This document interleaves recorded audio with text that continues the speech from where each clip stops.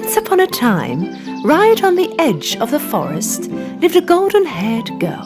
This golden yellow-haired girl's name was Goldilocks. She had such amazing and admirable locks that everyone who saw her was mesmerized. But despite her sweetness, at times she could be a rather naughty little girl.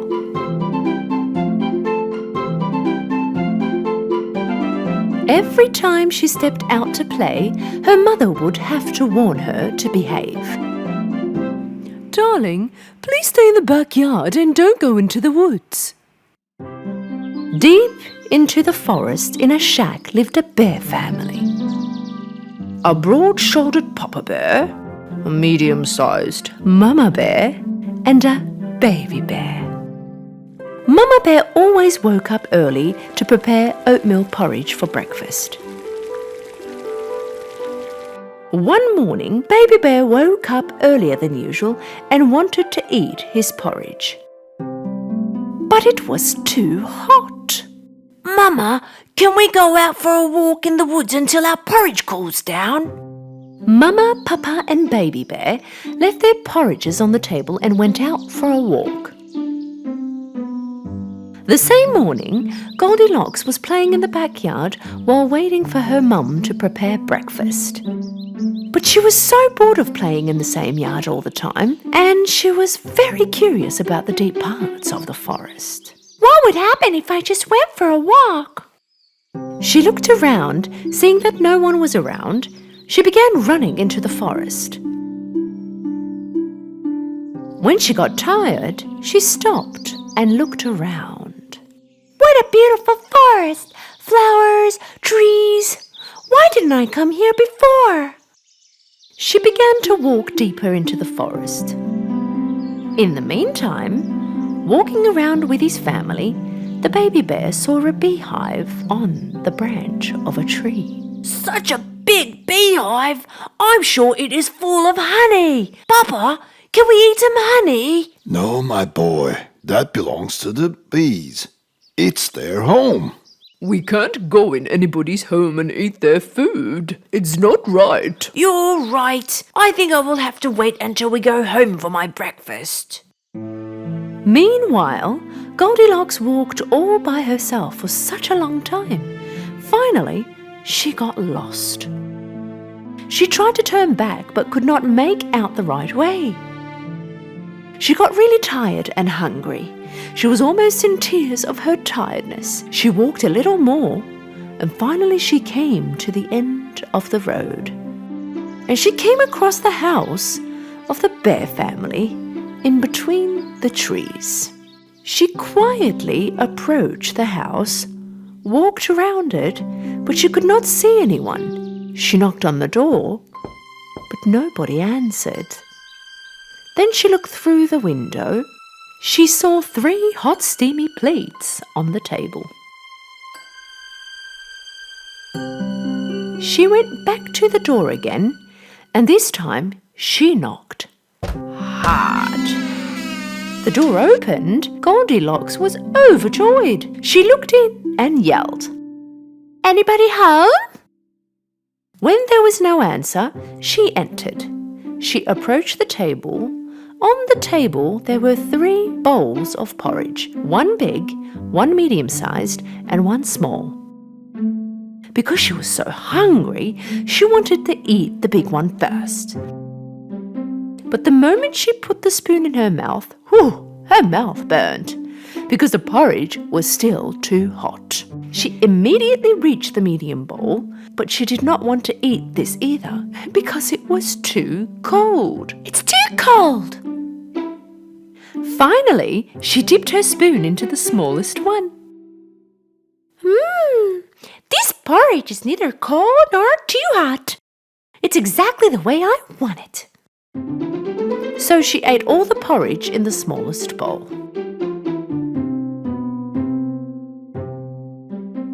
When she was done with her breakfast and felt full, she wanted to sit on one of the 3 chairs in front of the chimney to rest for a while.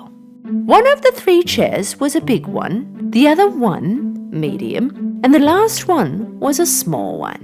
first she tried to sit on the big one, but she couldn't even climb on it. She tried the medium one, but this one was very hard. It was very uncomfortable. Finally, she sat down on the smallest one. This one was very comfortable and exactly her size. But suddenly, the chair broke into pieces with a very loud noise. Goldilocks found herself on the floor and she did not know what to do. She walked through to the next door, and here there were 3 beds. A big, a medium-sized, and a small one. First she tried the big bed. This one was too big for her and also too hard. Second one was a little bigger than her size, but also too soft. So she lied down on the third and smallest bed. This one was exactly her size, and it was very comfortable. So comfortable that Goldilocks fell asleep right away. Whilst Goldilocks was sleeping, the bear family came back home. Papa Bear had some wood with him that he collected for the chimney. Mama Bear had fresh berries, and Baby Bear just could not wait to have his porridge. When they arrived home, they went straight to the table. Papa Bear had a look at his bowl and was so angry. Somebody tasted my porridge. Mama Bear also looked at her bowl. Somebody also tasted my porridge. And when Baby Bear looked at his bowl, he began to cry. That somebody also tasted my oatmeal porridge. Not only tasted it, also ate it all. They got up and started to look around. Papa Bear noticed his chair in front of the chimney. Somebody sat on my chair. Look, it's on a different spot. And then it was Mama Bear's turn to complain. Somebody also sat on my chair. And just like before, the Baby Bear began to cry again. Somebody also sat on my chair, but broke it too.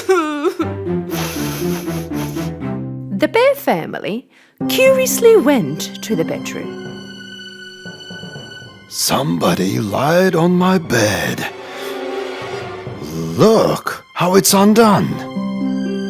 Somebody lied on mine too. Somebody lied on my bed too, and is still sleeping in it.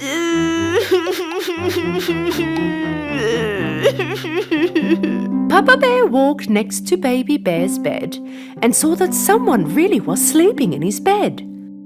Slowly lifted up the blankets, and they were really surprised to see a little girl sleeping in the bed. What is a little girl doing in our house? Tell this little girl to get out of my bed now. Waking up to Baby Bear's crying, Goldilocks saw 3 bears in front of her and she ran out of the room in great fear. She went out of the house and started running without looking back. She got breathless from running, but she did not stop. And she didn't even know which way to go. Right at that moment, she saw her parents coming across from the forest. When she didn't end up going back home, they went out looking for her. Goldilocks was very happy to see her parents.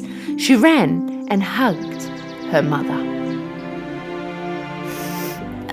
Oh, Mummy! We were so worried. Are you okay? From now on, I will always listen to you. I will never leave without letting you know. Goldilocks hugged her parents really tight. From that day on, as she promised, she always listened to her parents and did nothing without having their permission. She was a well-behaved and kind girl forever. The Goose Girl. Once upon a time, a queen and her daughter were living together in the most beautiful castle in the country. The princess had a fairy she loved very much. This fairy always protected her. One day, when the princess reached the age of marriage, she decided to set out to meet the prince of another country. The queen gave her daughter a box of jewels to take with her. If anyone realizes that you are a princess on the way, bad things can happen to you, my dear daughter. So you will be accompanied by my assistant rather than a soldier. The good fairy also had gifts for the princess. She gave her a talking horse named Falada. Hey, I'm happy to hit the road, my princess. There is one more thing I want to give you, my princess. The fairy gave the princess a handkerchief. This is a magical handkerchief for my princess. Keep it always with you and use it when you need it. The princess said goodbye and got on Falada, and her assistant was on a donkey. Hours later, the princess, walking along the forest road, was very tired and stopped to get some rest. Oh, I'm so thirsty. We have water with us. Could you please give me some? The assistant girl drank from the water. Sorry, princess, but I was so thirsty too, so I drank it all. Find yourself another water. I'm not your servant. The princess was surprised at the servant's lack of respect, but she didn't say anything. They continued on the road. After some time passed, the princess stopped. Royal assistant, could you please get me some water from the fountain, please? Sorry, princess, but I'm not your maid. I told you. You can get off your horse and get your own water. The princess and Falada made eye contact. You know, I'm starting to have second thoughts about this assistant girl. You'd better be careful around her. The princess got off her horse, and she got down and drank some water with her palm. The magic handkerchief in her pocket suddenly started talking. Be careful, my princess. This assistant girl is dangerous. But as the princess bowed down to drink, her magic handkerchief fell into the water. Oh no! Seeing the magic handkerchief flowing in the water, the assistant girl saw her opportunity. You have no more power left. From now on, I am giving all the orders. You will do exactly what I say. Now, take off the princess clothes and give them to me. If you tell anyone the truth, I'll get you jailed. The assistant girl did not only wear the princess's clothes, she also got on her horse, Falada, and started to move forward. The real princess, on the other hand, got on the donkey and slowly followed. After a while, they both arrived at the prince's palace. When the prince welcomed them, he thought the assistant girl was a princess and invited her in. But he also noticed the servant girl, who was actually the real princess. Well, my prince, she's just a servant. She doesn't need to come inside the palace with us. It would be best if you gave her a job and remind her of her place as my servant. So the prince did so and introduced her to a boy named Conrad, who was the keeper of the geese. By helping Conrad, you can be a goose shepherd too. My prince, I have one more request from you. Could you tie up this grumpy horse? Better yet, lock him in chains. He almost threw me off on the way here. So, the prince summoned an assistant and ordered him to chain the horse to a barn. The assistant girl was trying to make sure her deception stayed a secret and fooled the prince. The real princess was sad and wept that her horse Falada had been chained up. She immediately went to the barn to see him. Poor Falada was just standing there in chains. Oh, Falada, what have they done to you? If your queen mother had heard what had happened, she would be very upset, my princess. Sadly, the princess left her horse Falada and started herding geese in the meadow with Conrad. After a while, she sat down on a stone to rest and unfastened the gold hair clips that held her beautiful hair. When Conrad saw these shiny hair clips, he immediately approached the princess's hair and wanted to take them. Golden hair clips? I want these golden hair clips. Leave my hair alone. Blow, crazy wind, blow fast and straight. Take Conrad's hat and take it away. At that moment, such a crazy wind blew that Conrad's hat flew off his head. After pursuing the hat flying up the mountains, Conrad finally caught his hat. The princess, who had retied her hair, hid her golden hair clips. After herding the geese together until sunset, Conrad and the princess finally returned to the palace. Conrad was immediately before the king. I don't want to work with the stranger you've given me. Why, Conrad? She's crazy. She talks to her horse and is blowing off my hat and making fun of me. She doesn't work at all. After these words, doubts fell into the mind of the king. The next day, the king followed the princess in secret. The princess first went to the barn and talked to her chained horse, Falada, again. Seeing the horse talking, the king could not believe his eyes. He then went to the meadow where Conrad and the princess were herding the geese, and he hid behind the bush. After a while, he noticed the golden hair clips in the princess's hair.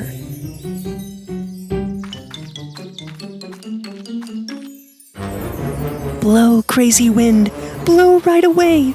Take Conrad's hat and take it away. After these words of the princess, a very crazy wind started to blow, and the hat flew again. Conrad ran after his hat up to the mountains. Meanwhile, the princess hid her golden hair clips again in her hair. Seeing this, the king was very surprised and secretly returned to the palace immediately. In the evening, the king summoned the princess to his presence. He asked her about her talking horse, Falada, golden hair clips, and the wild wind. At that moment, the princess started to cry. I cannot tell you, Your Highness. If I did, I would go to jail. Don't be afraid to tell the truth, young girl. Tell me. The princess told the king everything, one by one, starting from the very beginning. So, you are the real princess. Don't worry. No harm will come to you. Now go and get ready like a princess.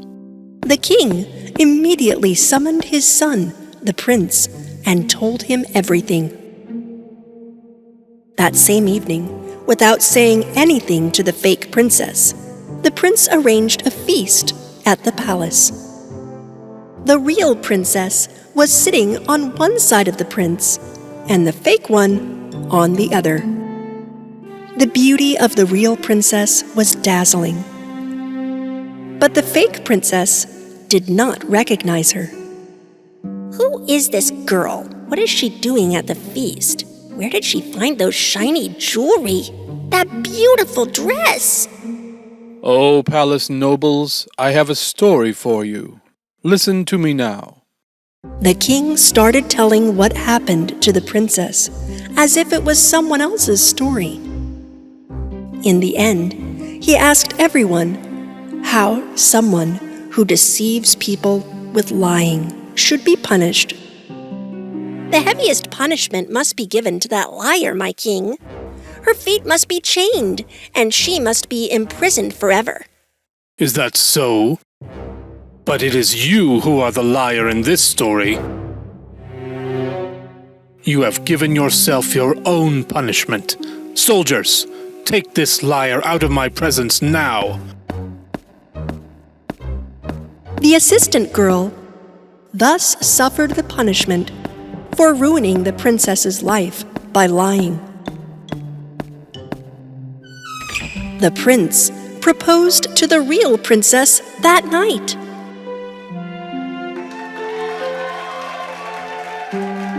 Then the princess and the prince went to the barn and rescued the talking horse, Falada.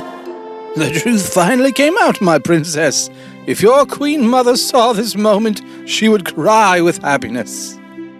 The princess and the prince have started a new life in which they are very happy now. And the princess's good-hearted fairy was always with them, protecting them from all evil forever.